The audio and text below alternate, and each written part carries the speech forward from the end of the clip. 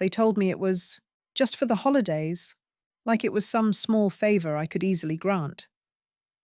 Just while the house is full, Mum. You understand, right? Of course I understood. I was being parked like a spare suitcase. It wasn't even a real garage, more of a renovated storage space, half painted and vaguely insulated, the kind of place where spiders went to die. There was a fold-out cot with a mattress no thicker than a Bible, and 3 old boxes of Christmas decorations stacked in the corner. Amanda had placed a scented candle on an overturned laundry basket. To make it cozy, she'd said. Cozy.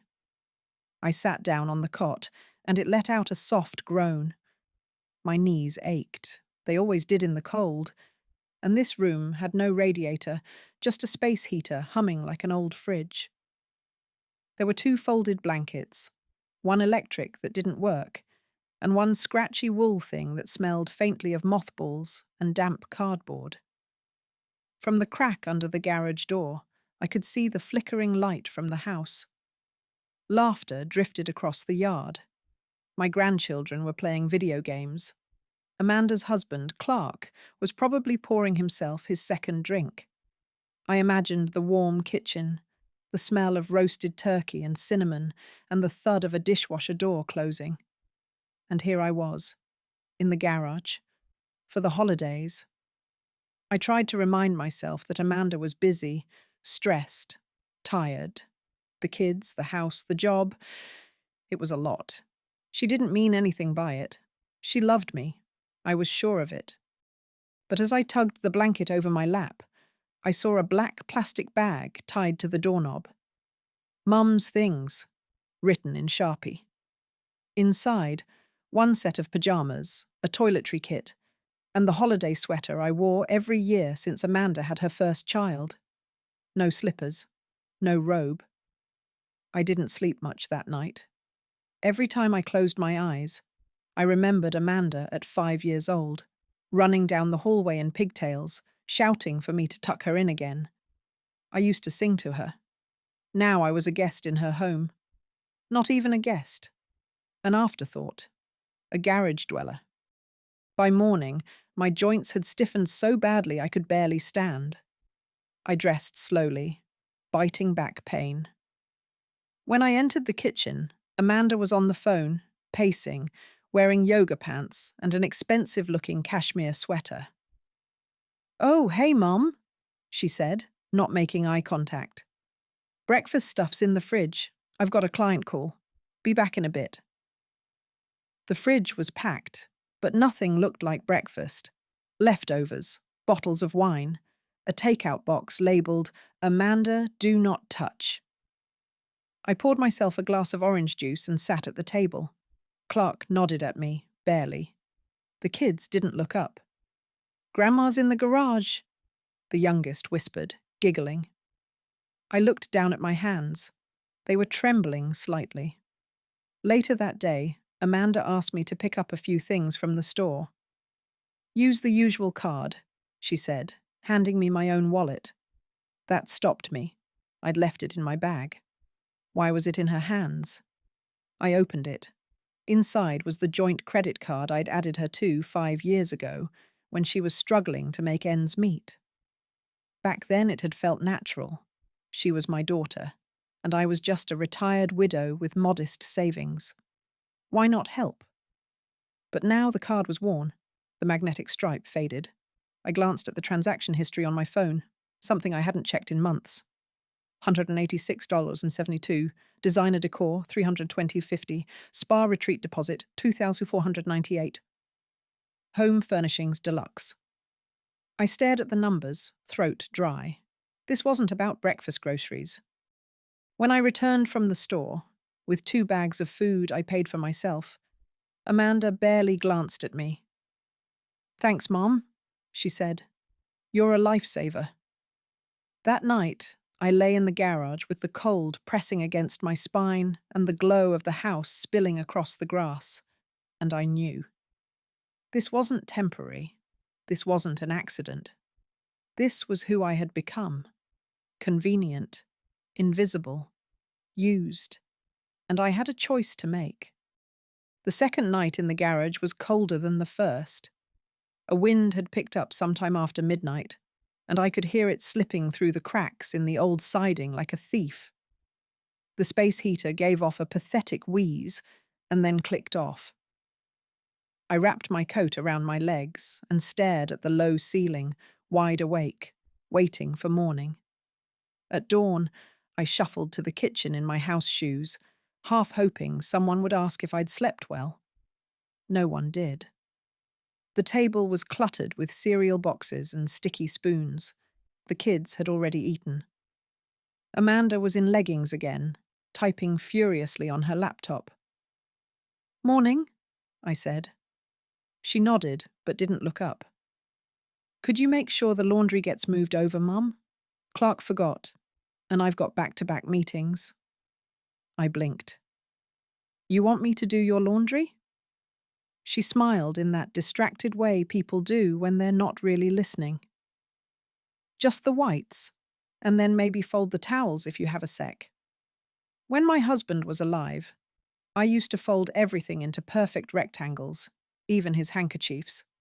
He said I could make a sock drawer look like an art installation. But no one ever noticed those things anymore. I wondered when I'd gone from guest to unpaid help. In the afternoon, I sat on the edge of the garage cot and watched the kids through the small, dusty window. They were playing tag on the lawn, laughing, chasing, falling. None of them waved. No one said, "Come out, Grandma." I started tidying the garage. I don't know why. Old habits die hard. There were tools lying around, bins half opened. I stacked what I could, swept the corner. As I moved one of the boxes labelled Xmas Lights, I saw a second bag with my name on it. Extra things, don't bring inside. Inside were 3 framed photos from my house. My wedding portrait, Amanda's graduation picture, and a vacation photo from Cape May. I had brought them with me each year, placed them in the guest room to make it feel like mine. This year, they were in the garage. That night, I didn't go into the house. I sat on a folding chair in the garage with a cup of lukewarm tea and an old wool scarf wrapped around my shoulders. I thought of my mother, who had never accepted anything less than respect. She wasn't warm, but she was firm. I had spent years trying to be softer than she was. And where had it gotten me? The next morning, Amanda cornered me in the hallway. "Hey, quick thing," she said. "The cleaners are coming on Friday, so we'll need the garage cleared out by then. Maybe you could stay at a hotel for 2 nights? Just until the New Year rush is over." I looked at her like I didn't understand the words. "The garage cleared out?" I repeated. "Just for a couple nights, Mum. You could treat yourself. Use the card." I paused. "You mean the credit card?" "Yeah. It's still working, right?" she asked, already tapping a message on her phone. I stared at her, and something inside me, something old and quiet and buried, straightened its spine. "That card is mine," I said, voice even. Amanda laughed lightly. "Technically, but we've always shared, haven't we?" She walked away before I could answer. Later, while she was out and the house was quiet, I stood in the hallway and looked around.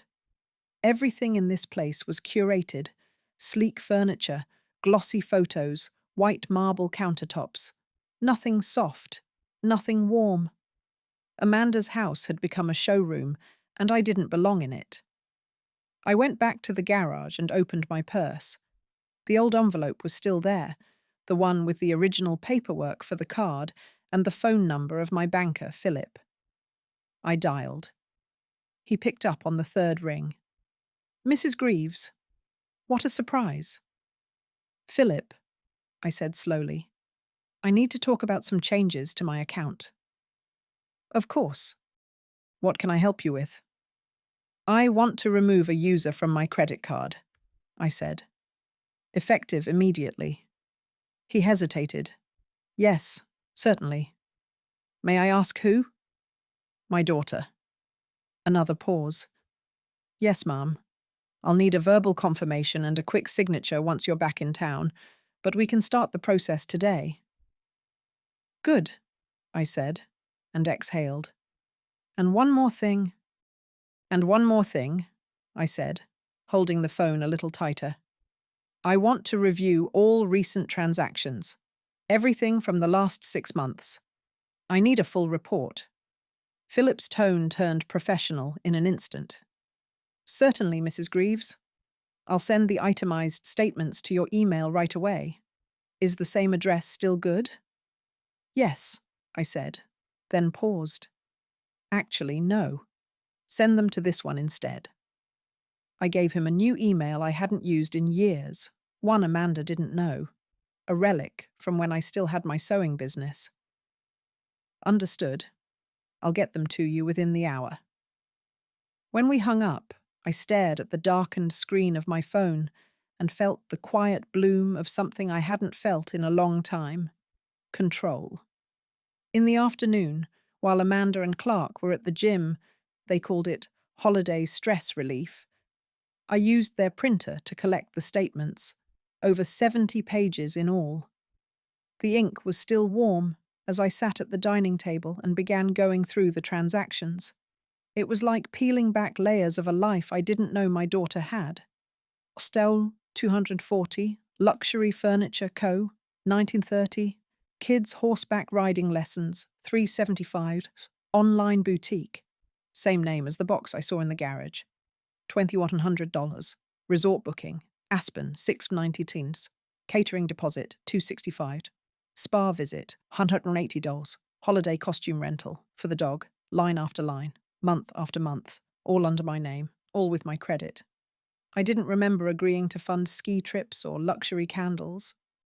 I didn't remember approving payments for $79.99 anti-aging serums. And yet here they were. And yet here I was, sleeping in a garage. It felt surreal, like watching someone rob your house through a screen door.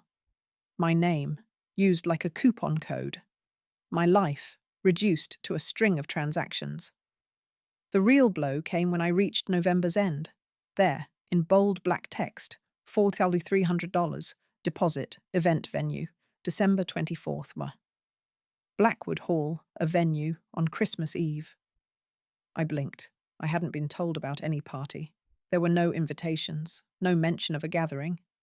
Just that the house would be a bit full this year. Hence the garage. Suddenly, it all made sense. Amanda hadn't run out of room. She had made room for her clients, her friends, maybe Clark's colleagues, but not for me. I didn't cry. Not then. I simply sat at the polished table, papers spread before me like a courtroom display. Evidence. Proof. When Amanda returned, she greeted me like nothing had changed. "Oh, good. You're up. I was thinking we could order Thai for dinner. My treat. Well, yours, technically," she said with a wink, tapping the card on the counter. I smiled. "Actually, Amanda, that card's been cancelled." She laughed like I'd made a joke. "Very funny, Mum." I held her gaze. "I called the bank. Had your name removed. As of this morning." The room went still. "What?" "I said I removed your name.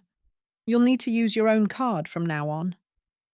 Her face, usually so polished and unbothered, twitched. "You're not serious." "I am." You can't do that," she sputtered. "That card pays for everything. Groceries, lessons, the cleaners." "You mean it paid," I corrected. Past tense. She stared at me like she was trying to solve a puzzle she didn't understand. "Why would you do that?" she whispered. I stood slowly. "Because you put me in the garage, Amanda. Because you used my name to fund parties I'm not invited to. Because you stopped seeing me as your mother and started seeing me as a wallet." Amanda's eyes flashed. "This is about the garage. You said it was fine." I said I understood. I replied. That's different. She didn't say anything for a moment. Then she turned and stormed into the hallway, muttering something under her breath. That night, she didn't come back to speak with me. Clark barely said a word during dinner. The kids argued over who got the last chicken wing, and no one asked me if I wanted one. In the garage later, I wrapped the mothball blanket tighter around me and took out my little notebook. I started a list. Not of expenses, but of decisions, one by one. Cancel shared credit, review all linked accounts, call lawyer after the holidays, change will, book appointment at Westwood Living, independent senior housing. Because this wasn't just about the money, this was about reclaiming myself. The next morning, Amanda didn't speak to me. She brushed past me in the kitchen, phone pressed to her ear, voice bright and fake as she told someone she was handling things and that Christmas was still on track. I made my tea in silence and took it out to the garage. I didn't want to be near her. It wasn't the silence that hurt. I'd grown used to silence over the years. It was the convenience of it. How easily she could switch off her daughter voice and switch on her public one, like I was a switch on the wall she had flipped off long ago. Around noon, Clark came to the garage. He didn't knock. Hey, Amanda said you were upset about something.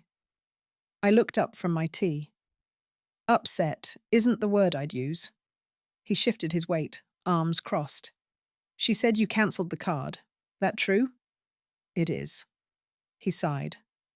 Okay, look, I know things got a little messy, but we're under pressure too, you know? From what?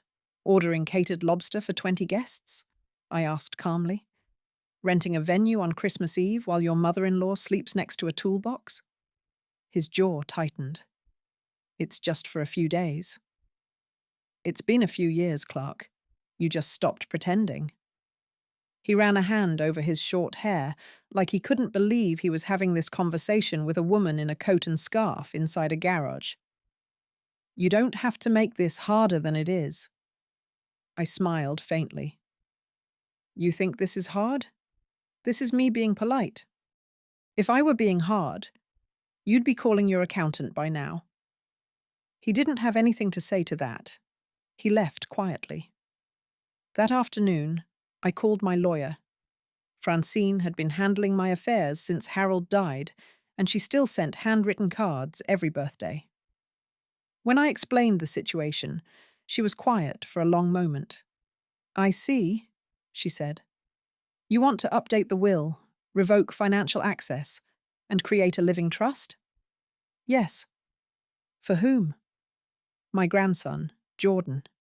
He's the only one who brings me tea without being asked. Francine chuckled softly. I always liked him. We made an appointment for the following week. I hung up and sat still in the garage, watching the trees sway in the winter wind. Their branches were bare, but stubborn, as if they refused to fall until it was their time. That night, Amanda knocked, first time in days. I opened the door and stepped aside. She didn't come in. Clark told me what you said, she began, arms crossed over her silk cardigan. You're really doing this? Cutting me off? I already have. Her mouth twitched. So what? You're punishing me? You think this makes you noble? No, I said softly. It makes me sane. She laughed bitterly. You don't understand what it costs to keep a house like this running. I tilted my head. I understand perfectly. I've been keeping it running. Silence. Then, I've made sacrifices too, you know. For who? For me? For my family? She snapped. Do you think this life comes cheap? That life, I said, wasn't supposed to come from me. Amanda's lips parted, but nothing came out. She looked, for once, like she wasn't sure what to say.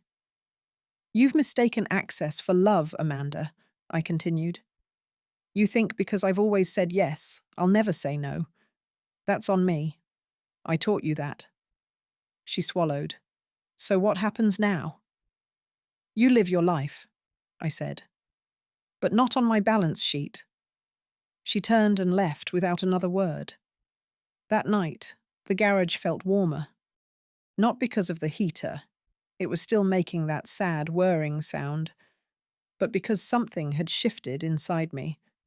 I was no longer waiting to be invited back inside. I was planning my exit. On Christmas Eve morning, I woke up to the sound of furniture being moved inside the house. Heavy thuds. Chairs scraped across hardwood. Laughter. Amanda's voice loud and bright. Someone was playing holiday jazz. The smell of cinnamon rolls drifted under the garage door. It was the party, the one I hadn't been told about. I washed up in the small sink Clark had reluctantly installed in the corner of the garage. The water ran cold for a full minute before turning lukewarm. I splashed my face and looked at myself in the mirror, which was actually a piece of polished metal screwed into the wall. My skin looked pale, tired, but my eyes were clear. I opened my suitcase and pulled out a soft grey sweater and my good trousers. No one would invite me inside, I knew that. But I wasn't going to spend Christmas Eve in my nightgown. Around noon, guests began to arrive. I watched them from the small window near the ceiling. They came in coats with fur trim, carrying bottles of wine, wrapped gifts, laughing as they hurried toward the warmth of the front door. No one glanced toward the garage. I wasn't expected, not even acknowledged. I didn't mind anymore. I just observed. At 1:17 p.m., someone knocked on the garage door. I opened it to find Jordan, my 17-year-old grandson, holding a small tray with a slice of pumpkin pie and a mug of tea. He wore a wrinkled button-down and had a streak of powdered sugar on his cheek. "Hi, Grandma," he said, trying to balance the tray as the wind caught his scarf. "You'll freeze out here," I said, stepping aside. He came in and placed the tray on my folding table.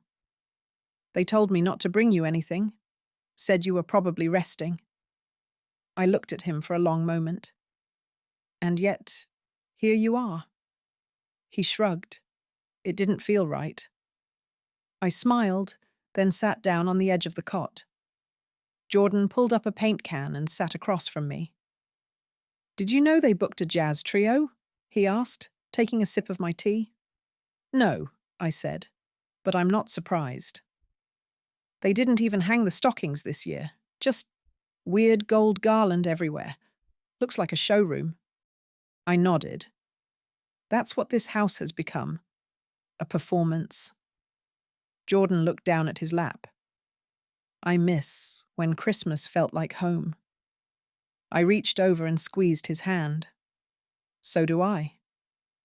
He stayed with me for 20 minutes, telling me about school, about how he was applying to colleges Amanda didn't approve of.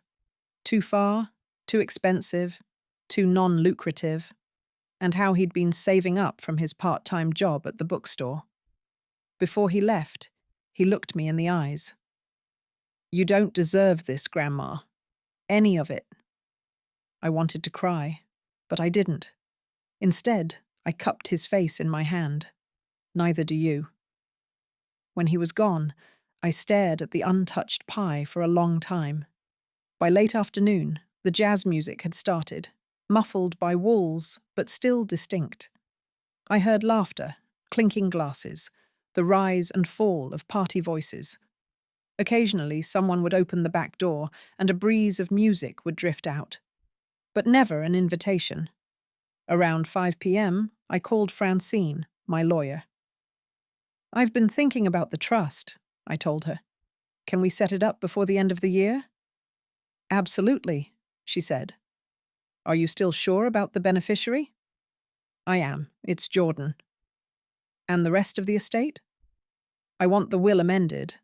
Amanda gets nothing, not even the furniture." Francine was quiet. "I'll have the paperwork ready by Monday." After I hung up, I started packing my things. The bag was light. A few clothes, my toiletries, a small photo album. I left the mothball blanket folded on the cot. The folding chair I had brought from my porch was returned to the corner. I took one last look around the garage.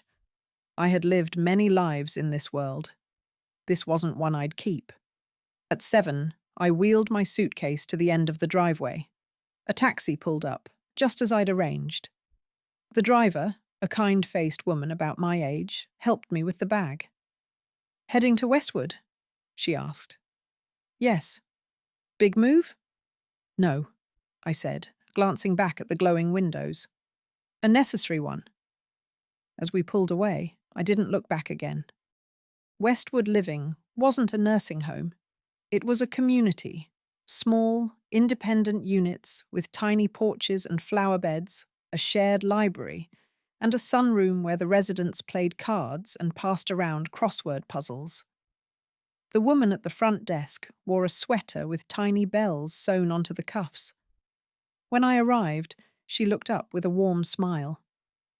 "Mrs. Greaves?" she asked. "Yes." "We've been expecting you. Your unit is ready." It was that simple. No interrogation, no side-eye glances, no one asking if I was sure about my decision. Just a key, a smile, and an escort to a small bungalow with white shutters and a porch swing. Inside, the space was modest. A bed with a floral quilt, a small kitchenette, a comfortable armchair by the window. It smelled of lemon polish and something like nutmeg. There was a tiny wreath on the door. I set my bag down and sat on the edge of the bed. The silence was peaceful, not punishing. That night, I made myself a cup of tea in my own kitchen and watched the snow begin to fall through the window. It was quiet, the kind of quiet that holds you instead of excluding you. The heater hummed evenly. No pipes clanged, no wind whistled through cracks. For the first time in days, my legs weren't cold. The next morning, I unpacked fully. I hung my coat in the closet, folded sweaters into drawers, lined my shoes neatly. I placed the photo of Harold on the nightstand, our wedding day. He was smiling like he'd won the lottery. I kept a candle beside it and lit it that evening. 2 days after Christmas, my phone rang. I'd turned it back on, and messages poured in. 8 missed calls from Amanda, 3 voicemails. The first was stiff. "Mum, call me when you get this." The second was angry. "This is insane. You can't just disappear." The third was quiet. Too quiet. "Mum, I saw the email from your lawyer. You're cutting me out. Are you serious right now?" I deleted all 3. Later that afternoon, a knock came at the door. I opened it to find a woman about my age, wearing a knitted poncho and a sharp grey bob. "You must be Geraldine," she said. "I'm Lorraine, Unit 4B. I brought cookies." I blinked. "Cookies?" She held out a small tin, wrapped in a red ribbon. "I do it for all the new arrivals. You're not allergic to pecans, are you?" "No," I said, smiling. "Thank you." "Come join us for Scrabble tonight," she said, nodding toward the direction of the main hall. "Room with the fireplace. Starts at 6. Bring wine if you've got it, or just bring yourself." I watched her walk away, then closed the door and looked around at my little home. It felt mine. That evening, I put on my softest sweater and walked to the common room. The hall was full of women like me, some in wheelchairs, some laughing too loudly, one with a walker decked in tinsel. They welcomed me like an old friend. Someone handed me a cup of cider. Lorraine saved me a seat. Halfway through the second game, a woman named Beryl leaned over and said, "I heard you walked out on your daughter." I paused. "She made you sleep in a garage?" she added, eyes sharp. "Yes," I said. "She did." Beryl nodded approvingly. "Good for you. Mine tried to sell my piano last year, said I didn't need it. I gave her the silent treatment for 2 months. There was laughter around the table. We weren't victims here. We were women who'd had enough. It's funny how quickly a new rhythm can settle into your bones when the old one was built on tension. At Westwood, my days unfolded quietly. I woke when I pleased, made tea in silence, read the paper cover to cover, with no rush to be useful or stay out of someone's way. I didn't have to ask permission to be warm, to be visible. On New Year's Eve, Lorraine knocked again, this time with a half bottle of sparkling cider and a pink feathered hat. "Party at the main hall," she said. "Nothing fancy. Just dancing, old records, and enough sweets to make us all diabetic." I smiled. "Do I need a costume?" She held up a sequined scarf. "Now you do." That night, I danced in wool socks on a polished wood floor with half a dozen other women who had also, in one way or another, been quietly erased from the centres of their families. There were no husbands, no children, just us, living, laughing, twirling to Ella Fitzgerald and Patsy Cline. Around 11 p.m., I stepped outside for air. The night was still, the stars bright above the pines that surrounded the property. My phone buzzed in my pocket. Another message from Amanda. This one read, "Please call me. We need to talk. I'm sorry." There was no anger in the words this time, just discomfort. Fear, maybe.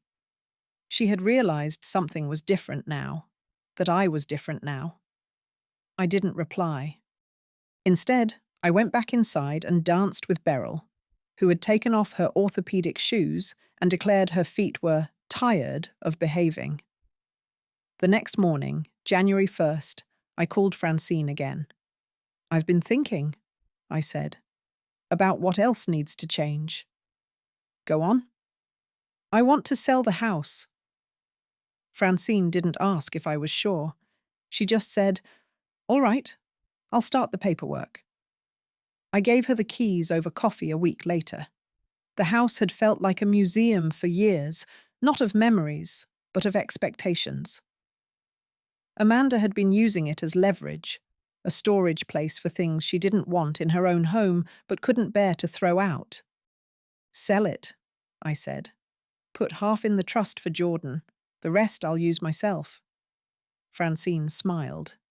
A woman with a plan. "Yes," I said. "Finally." Word must have gotten back to Amanda, because the next day she showed up, at Westwood. The receptionist buzzed me with an apologetic tone. "Your daughter's here, Mrs. Greaves." I considered it for a moment, then nodded. Amanda walked in wearing designer boots and a long camel coat. She looked out of place, too polished, too expensive for our quiet little hall. She scanned the common room like it offended her, then spotted me by the fireplace. "Mom," she said, approaching fast. "Can we talk?" "Of course," I said, setting down my tea. "But not here. Let's step outside." We walked to the little garden path behind the units, the ground still damp from yesterday's rain. Amanda turned to me, her jaw tight. "I don't understand. You left without saying goodbye. You blocked my card. You're changing your will. What are you doing?" "Taking back my life." Her eyes welled with tears. Real or not, I couldn't tell. "I didn't mean for you to feel excluded. The garage was just temporary." I raised an eyebrow. "And the party you didn't mention?" She looked away. "I didn't think you'd want to be there." "Why?" She didn't answer. We stood in silence for a moment. "Mum," she said finally, voice low, "I didn't think you'd ever push back." "I know," I said, "and that's the problem." Amanda crossed her arms, her eyes scanning the garden like she was trying to find a version of this conversation she could control. "You never said you were unhappy," she muttered. "That's not true," I said gently. "You just stopped listening." She flinched at that, her posture tightening. "We had a system.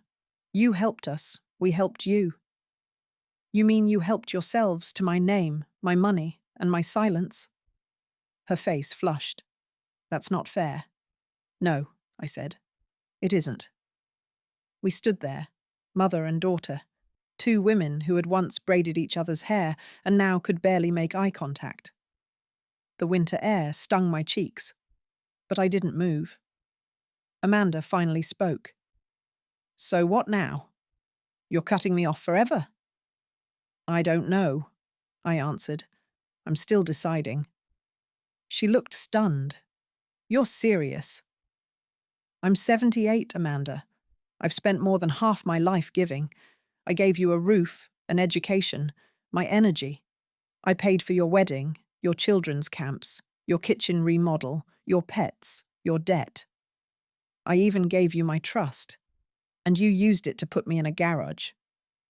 She opened her mouth, but I kept going. You called it temporary, but the truth is it was convenient.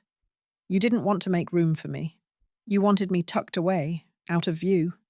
Useful, but invisible. Amanda blinked rapidly, her mouth twitching. It wasn't like that.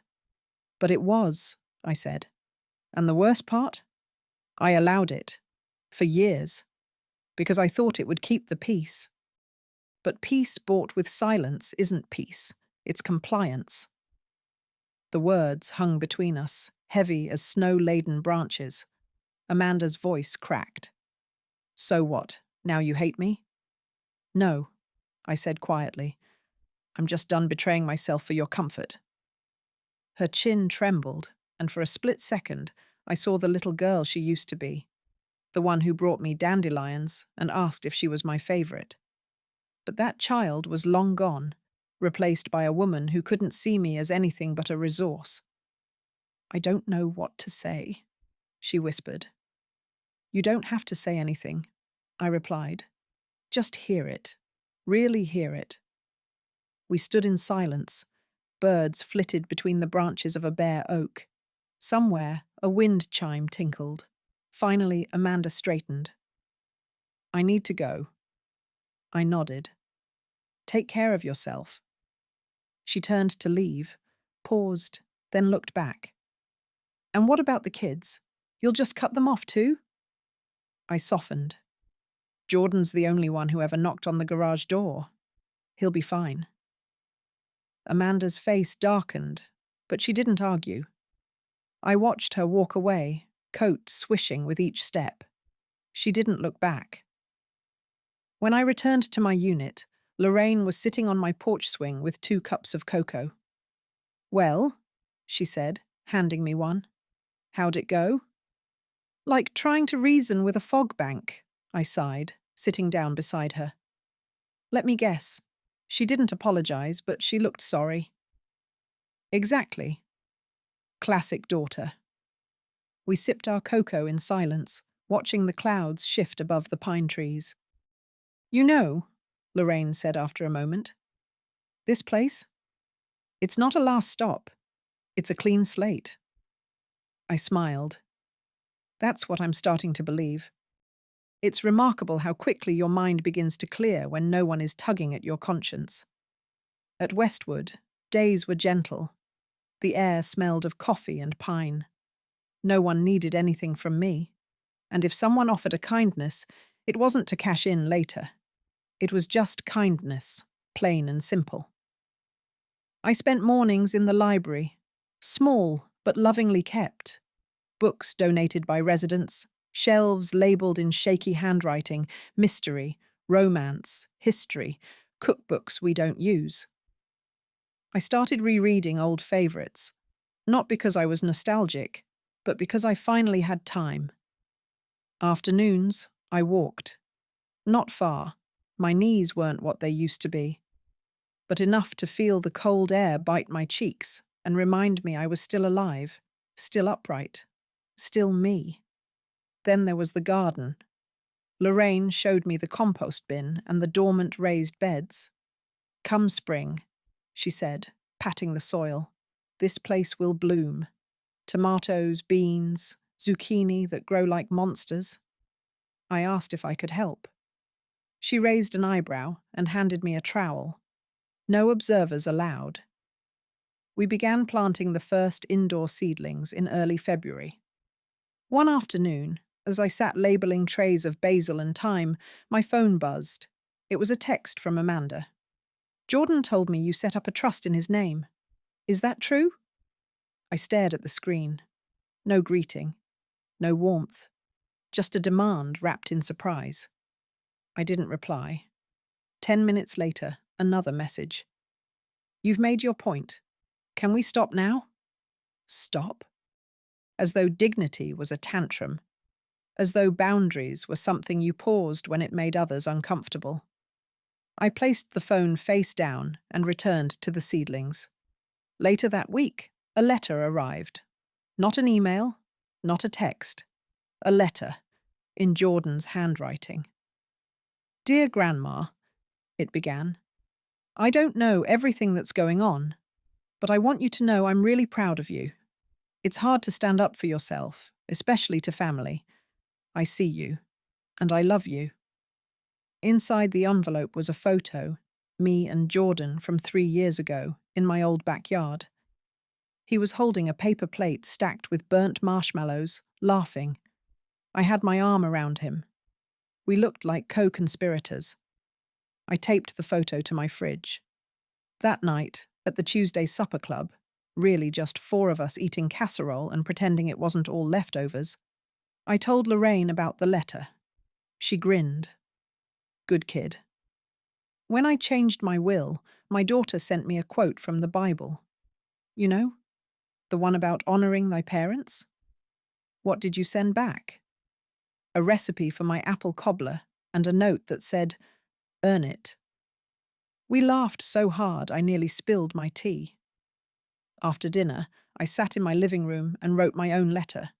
No accusations, no theatrics, just truth. "Amanda, I don't hate you. I never could. But I've spent too long making myself small so you could feel tall. That ends now. I'll always be your mother. But I am finally also my own person. And I intend to live the years I have left as such." I didn't send it. Not yet. But writing it felt like planting something. Not bitter, not angry. Just something honest. Something that, like the seedlings under my window, might grow in time. The first warm breeze of March came like an apology after a long silence. I stepped out onto my small porch one morning and found the breeze waiting, soft and timid, rustling the edge of the welcome mat Lorraine had crocheted for me. It read simply, "You are home." I hadn't expected to start again at this age. I thought the rest of my life would be a quiet slide toward invisibility, but it turns out cutting off the wrong people leaves space for the right ones. My world hadn't shrunk. It had focused. The garden beds thawed. Lorraine and I planted rows of carrots and spinach, our knees protesting more than the soil. We wore ridiculous sun hats and told each other stories of the lives we used to have. Husbands, jobs, mistakes, joys. None of it was glamorous. All of it was real. One morning, as I clipped dead leaves from a stubborn basil plant, the front desk rang through. "Mrs. Greaves," the receptionist said, "you have a visitor." It was Jordan. He stood in the lobby holding a brown paper bag and a shy smile. I hadn't seen him in person since the day he brought me tea in the garage. He looked older somehow. Less boy, more man. "Hey, Grandma." "Jordan," I said, hugging him before I could even think. "I brought lunch," he said, lifting the bag. "Chicken salad sandwiches. From that place you used to love." We sat on the porch, knees wrapped in blankets, sandwiches on paper plates. "How's school?" I asked. "Good. I got into the journalism program." "That's wonderful." "I'm going to minor in sociology. I want to understand how people move through power and systems. I think—" He hesitated. "I think I've seen it up close." He didn't have to explain. We both knew what he meant. We ate quietly for a while. Then he asked, "Do you miss it? The old life?" I thought about it. "I miss what I thought it was," I said. "But I don't miss what it really became." He nodded. "I'm sorry I didn't see it sooner." "You were young. That's your job. Mine was to teach you how not to repeat mistakes." Jordan pulled something from his jacket pocket, a folded sheet of paper. "Mum gave me this. She said she found it in the kitchen drawer. Thought you might want it." I took it from him carefully. It was one of Harold's old lists, his blocky handwriting, crooked and unpretentious. "Things to fix this spring." It read, "Porch step, again. Fence near garden, back door lock. Geraldine's favourite chair, leg wobbles. Reminder. Tell her it's okay to rest sometimes." I stared at the last line. The tears came, slow and gentle, like they'd been waiting. "He really loved you," Jordan said softly. "I know," I whispered. "And I think I forgot to love myself after he was gone." That night, I placed Harold's list in the frame beside his photo, not because I needed a to-do list, but because I needed the reminder. I didn't need fixing. I just needed room to be. The next time Amanda called, I answered. Not because I wanted to, but because I was ready. Her voice came through flat, controlled, the kind of tone people use when they've practiced every sentence beforehand. "Hi, Mom." "Hello, Amanda. I heard Jordan visited. He mentioned it over dinner." "Yes," I said. "He brought sandwiches." A pause, as if she didn't quite know how to respond to that. "That's good," she said finally. "I'm glad he's still seeing you." I waited. "I've been thinking," she went on, "about everything, about what you said." Silence again. She was searching for the right combination of words to unlock something. My sympathy, my forgiveness, maybe even a re-entry point. I guess I didn't realize how it looked. The garage, the party, the money. I wasn't trying to push you out. You succeeded anyway. She winced audibly. "Mum? I know I messed up, but we're still family." "Are we?" I asked gently. "Or were we just in business together? You got support. I got access to the holidays." "That's not fair." "It's not inaccurate." Amanda sighed. "Look, I'm not calling to fight. I just, well, things are tight right now. Clark's firm laid off 2 partners. The mortgage has gone up. The credit card got flagged since you closed it, and—" I stopped her. "Amanda." She hesitated. "Yes?" I didn't answer this call to reopen my wallet. Silence, thick and immediate. "I wanted to hear if you'd changed, not your budget." Amanda's voice dropped. "I don't know how to fix this." I believed her. For once, her voice didn't carry that edge of manipulation. It was just hollow. She was used to a dynamic, and I had broken it. "You don't have to fix it," I said. "You have to accept it. I'm not your emergency fund anymore. I'm not your invisible help. I'm your mother. And if you want a relationship, it has to be based on that, not convenience." Amanda exhaled slowly. "Okay. I'll be here," I added, "but only as long as I'm respected.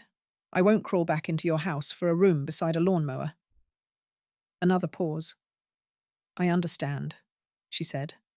"And I'm sorry, for what it's worth." I nodded. It's worth more than silence. After we hung up, I didn't feel triumphant. I felt clean, like a breath finally drawn without guilt.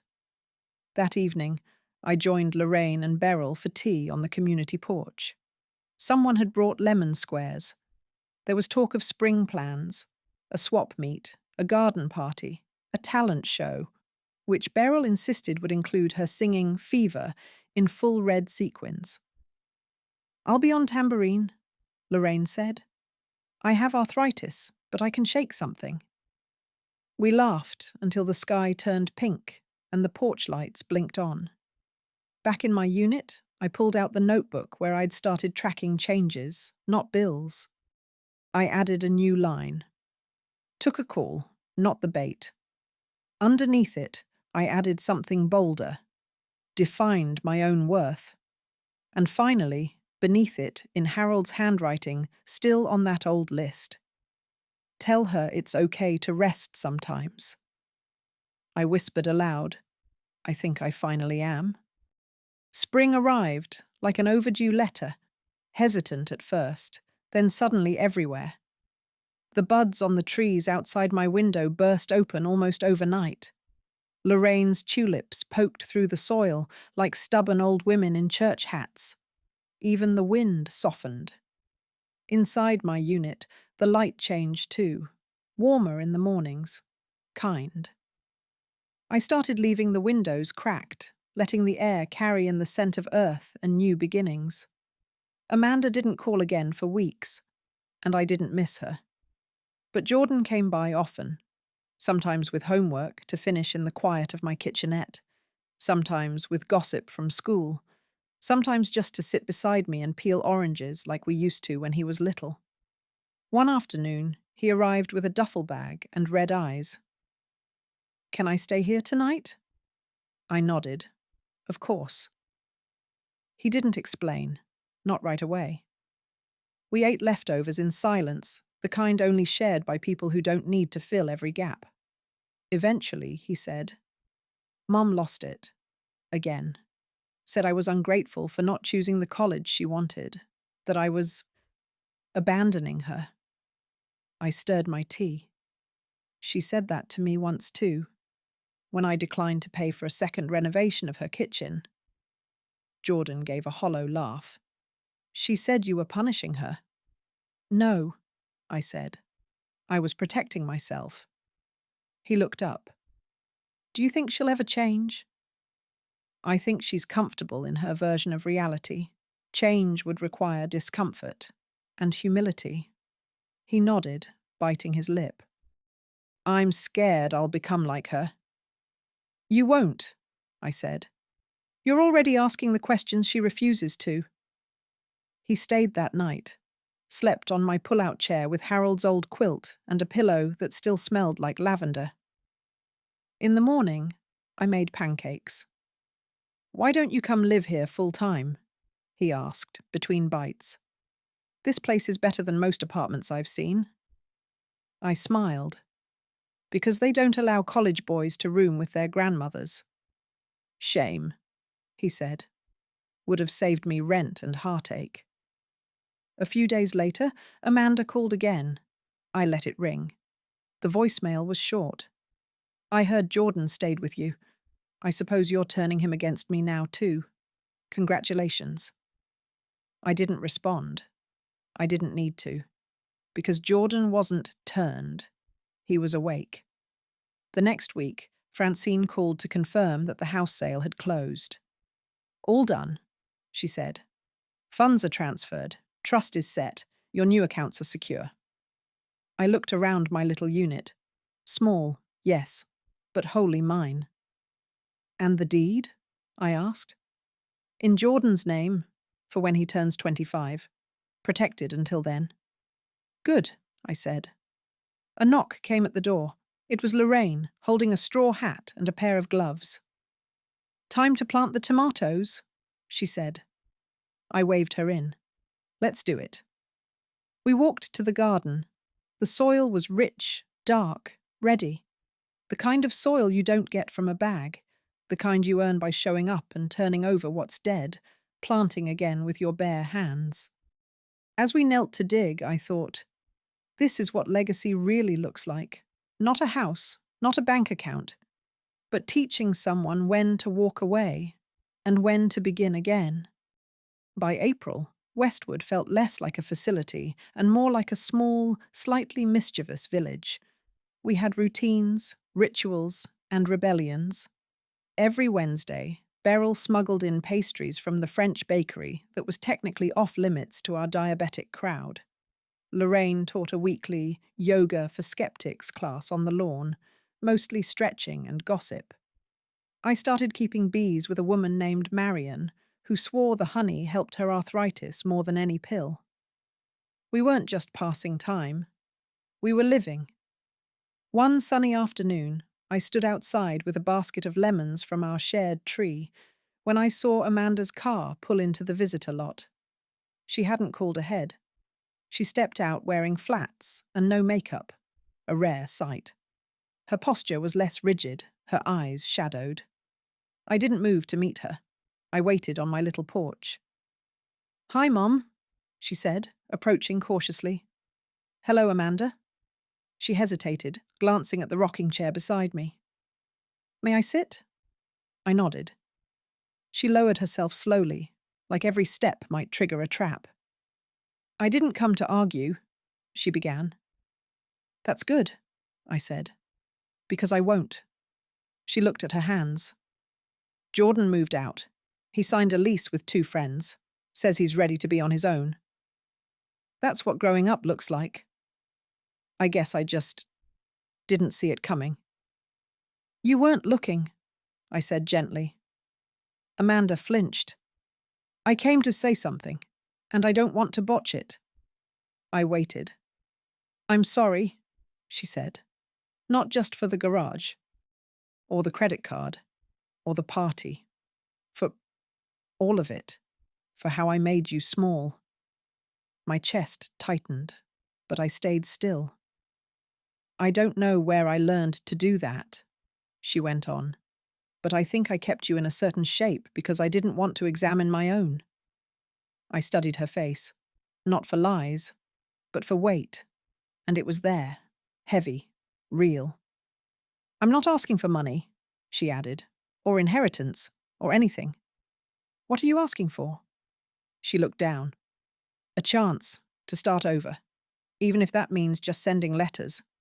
I know I can't undo what I did, but I'd like to stop pretending it never happened." I was quiet a long time, long enough for the breeze to stir the porch fern and the scent of lavender to drift between us. "Letters," I said. "Start with that." Her head lifted, surprised. "But I won't promise to write back," I added. "I'll read them, but replies, they come when they're earned, not demanded." She nodded. "I understand." Amanda stood, wiped her palms against her skirt. She hesitated. "Is it strange," she asked, "that this place feels more like home than mine ever did?" "No," I said. "It's built by people who chose peace over performance." She nodded once, then walked to her car. I didn't watch her drive away. Instead, I went inside and sliced lemons for tea. I poured a cup, sat in my rocking chair, and let the silence fill the corners.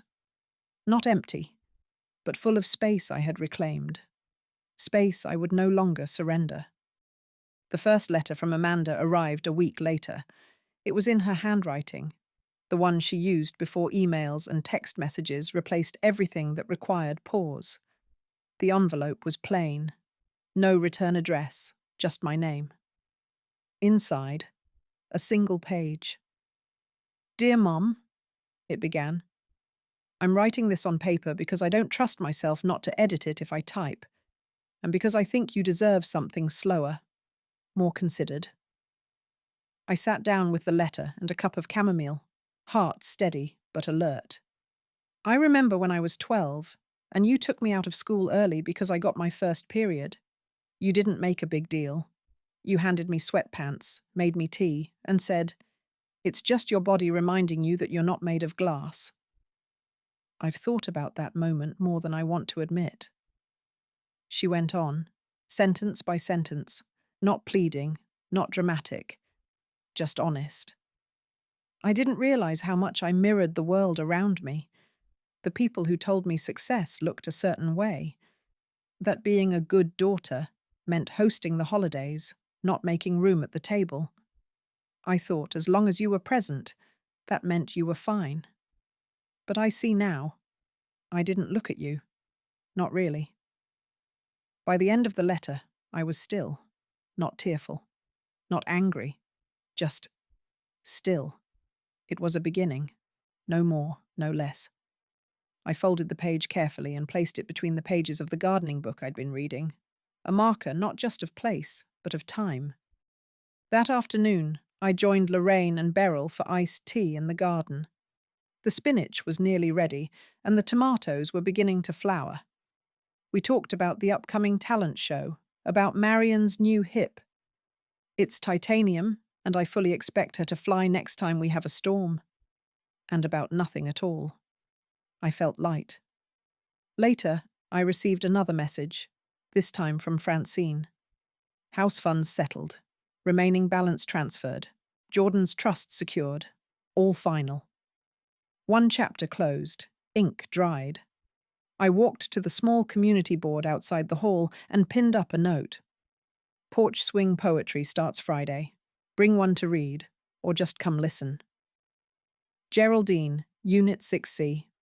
That evening, I sat in my room and wrote a short poem.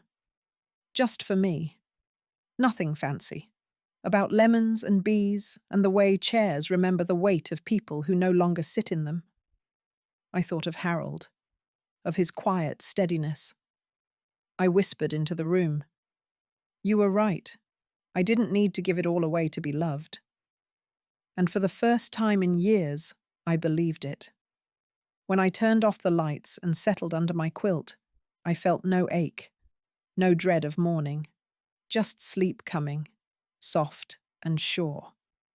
And in that softness, I heard my own voice, unburdened, unhurried, say the quiet truth. I am no longer the woman in the garage. The porch swing poetry evening was simple. A half circle of folding chairs, a pitcher of mint lemonade, a stack of handwritten verses on napkins and torn notebook pages. We read without pretense. Some of it rhymed, some didn't. Some was more story than poem. All of it was real. I read mine second to last. It was short, about bees and basil and how things grow when you stop pulling at them, about the quiet weight of dignity returned. I didn't look up as I read it, didn't need to. I could feel the stillness, the listening. When I finished, no one clapped. We didn't do that here. But Lorraine squeezed my hand, and Beryl nodded, eyes shiny. Later, as we cleared cups and folded chairs, someone asked me, "Do you write often?" "Not really," I said, "but I remember a lot." That night, in my unit, I opened a fresh notebook, wrote on the first page, "For the women who learned to live louder, not with noise, but with truth." Amanda kept writing. The second letter came on yellow paper. She told me she'd started seeing a therapist, that Clark didn't understand, but he'd stopped trying to convince her she was fine, that she'd apologized to Jordan, that she'd started volunteering at a local shelter. The third came with a photo. Her and the kids at a park, no staging, no matching outfits, just them, messy and smiling. I didn't write back. Not yet. But I pinned the photo to the corkboard beside my kitchen table, not as forgiveness, not as erasure, but as proof. Growth happens where it's given space. At the end of May, Jordan came by with a gift, a carved wooden box. Inside, my old photo album, the one Amanda had left in the mum's things bag beside the garage cot. "I thought you might want this back," he said. I flipped through slowly. There we were. Harold and I on the beach, Amanda at age 4 covered in glitter, Jordan with his first bike. No captions, just moments. I added a new photo to the final page. Me, Lorraine, Beryl and Marion in the garden, holding tomatoes like trophies. The caption, written in my shaky hand, "After everything." The next morning, I baked a lemon cake and left slices on every doorstep in our little circle. Lorraine called it a peace offering from a woman who's already won. I smiled and said nothing. Because this victory wasn't loud. It didn't burn bridges or raise flags. It simply stood, steady, whole, untethered. In my final note on the bulletin board that week, I wrote, "You get to begin again, not because others let you, but because you finally let yourself." That, I think, is the quiet revolution of women like me. Not escape, but return to the self that was always there, waiting. If you've read this far, thank you. If you saw yourself in any part of it, leave a comment or just sit with it a little. You're not alone.